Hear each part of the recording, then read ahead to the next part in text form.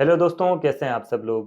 दोस्तों, अगर थाने में किसी ने आपके खिलाफ में कोई झूठी शिकायत दर्ज करवा दी है, यानी ऐसी शिकायत जिसमें आपका कोई रोल नहीं है, आपने कोई भी अपराध नहीं किया है, फिर भी आपके खिलाफ में झूठी एफआईआर दर्ज करवा दी गई है।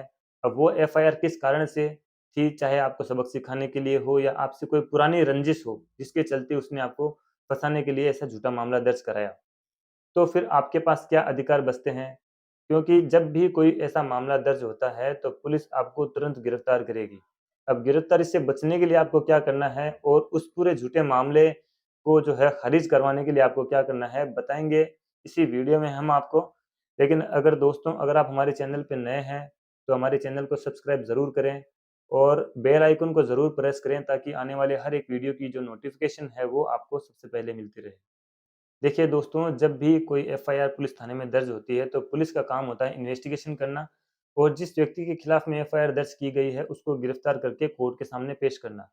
अगर आपके खिलाफ भी किसी व्यक्ति ने कोई ऐसा मामला दर्ज करा दिया है, जिसमें आपका कोई रोल है ही नहीं, आपने वो अपराध किया ही नहीं है, लेकिन फिर भी आपको झूठा फँसाया जा रहा है, तो अब आपके पास में क्या राइट बचते हैं?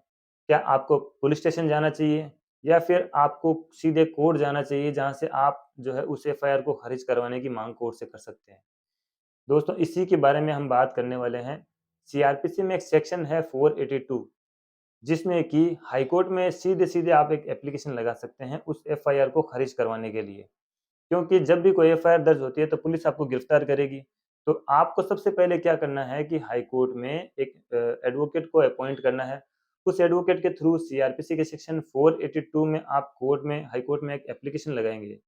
उस एप्लीकेशन में सबसे पहले तो आपको ये डिमांड करनी है कि सर, मेरे खिलाफ जो ये मामला दर्ज किया गया है, जो एफआईआर मेरे खिलाफ दर्ज की गई है, ये बिल्कुल निरस्त करने योग्य है, बिल्कुल निराधार है, इसका कोई भी ग्राउंड नहीं है।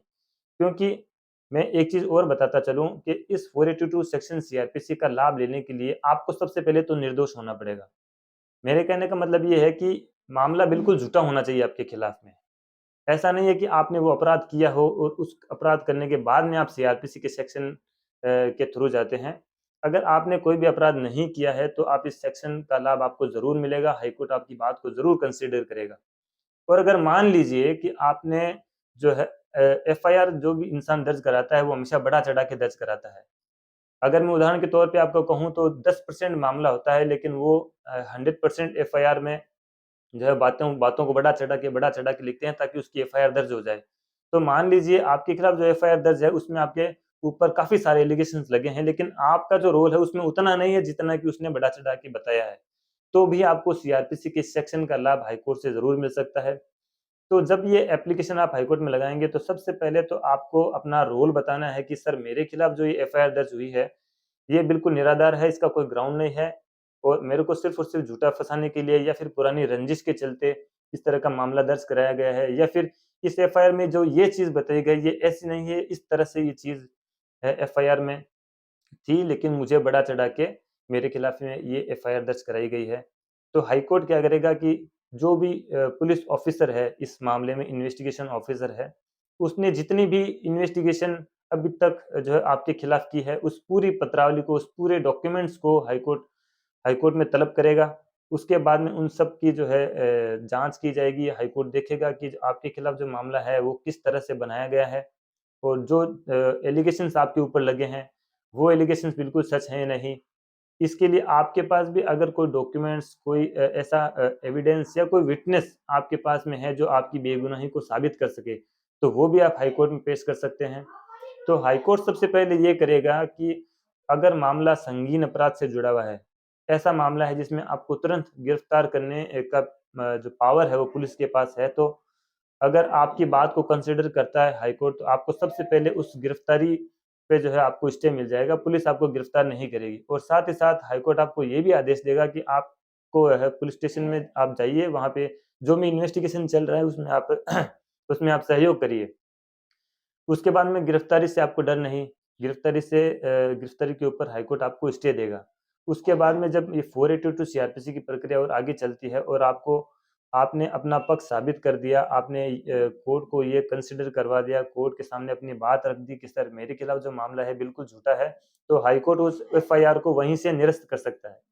जी हाँ दोस्तों, हाई कोर्ट के पास में 482 सीआरपीसी में कितना बड़ा पावर है, आप इस बात से अंदाज़ा लगा सकते हैं कि एक एफआईआर जिसमें कभी पुलिस आपको गिरफ्तार करने की सोच रही थी, आप पुलिस से बचने के लिए भाग रहे थे, उसी एफआईआर को हाई कोर्ट एक ही झटके में निरस्त भी कर सकता है।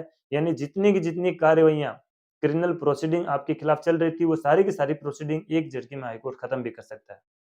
ये तो हुई सीआरपीसी के सेक्शन 482 की बात।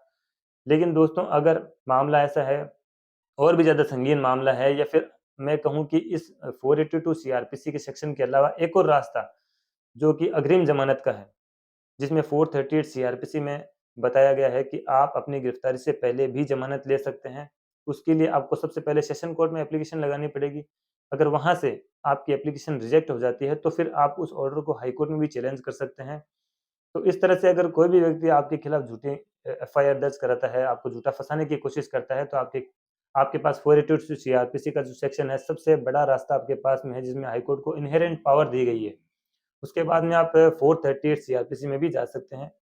तो दोस्तों उम्मीद करता हूँ कि ये जानकारी आपको काफ़ी अच्छी लगी होगी और काफ़ी यूज़फुल रही होगी। और दोस्तों मैं एक चीज़ और आपको बताता चलूँ कि जो सेक्शन है सीआरपीसी 482, उसमें हाई कोर्ट को इतना पावर है कि अगर आपके खिलाफ कोई एफआईआर दर्ज हो गई है, आपने उसमें बेल भी करवा ली है और कोर्ट में आपका मामला पेंडिंग चल रहा है, उस पेंडिंग मामले को भी आप हाई कोर्ट से निरस्त करवा सकते हो, वो किसी भी स्टेज पे हो। ये फ़र्क नहीं पड़ता कि अब चाहे वो एविडेंस की स्टेज पे चल रहा हो या फाइनल आर्गुमेंट की स्टेज पे चल रहा हो। तो दोस्तों अगर आपके खिलाफ भी इस तरह का कोई मामला चलता है, तो आपको डरने की ज़रूरत नहीं है। हाई कोर्ट में जाने का पावर है आपके पास में, राइट है आपके पास में, और कानून में से कई प्रावधान हैं जिनसे कि आप आपके खिलाफ में जो झूठी एफआईआर है, जो भी व्यक्ति दर्ज कराता है, उनका उनको आप खारिज करवा सकते हो, निरस्त करवा सकते हो। तो दोस्तों बने रहिए हमारे साथ में। वीडियो अगर अच्छा लगा तो इसको लाइक करें, शेयर करें, और इस वीडियो को ज़्यादा से ज़्यादा शेयर करें, क्योंकि आज के समय में कई लोग सिर्फ़ और सिर्फ़ एक-दूसरे को नीचा दिखाने के लिए, एक-दूसरे को फँसाने के लिए लोगों के खिलाफ झूठी एफआईआर दर्ज कराते हैं। लोग कई-कई सालों तक बिना कोई अपराध किए जेलों में बंद रहते हैं। उन इससे उनके परिवारों पर और उनके खुद के ऊपर जो ज़िंदगी उनकी जो चलती है, उस पे कितना नेगेटिव असर पड़ता है। तो इस तरह के वीडियो जब वो देखेंगे, तो उनको भी अपने अधिकारों को पता चलेगा दोस्तों। तो दोस्तों बने रहिए हमारे साथ में, तब तक के लिए जय हिंद।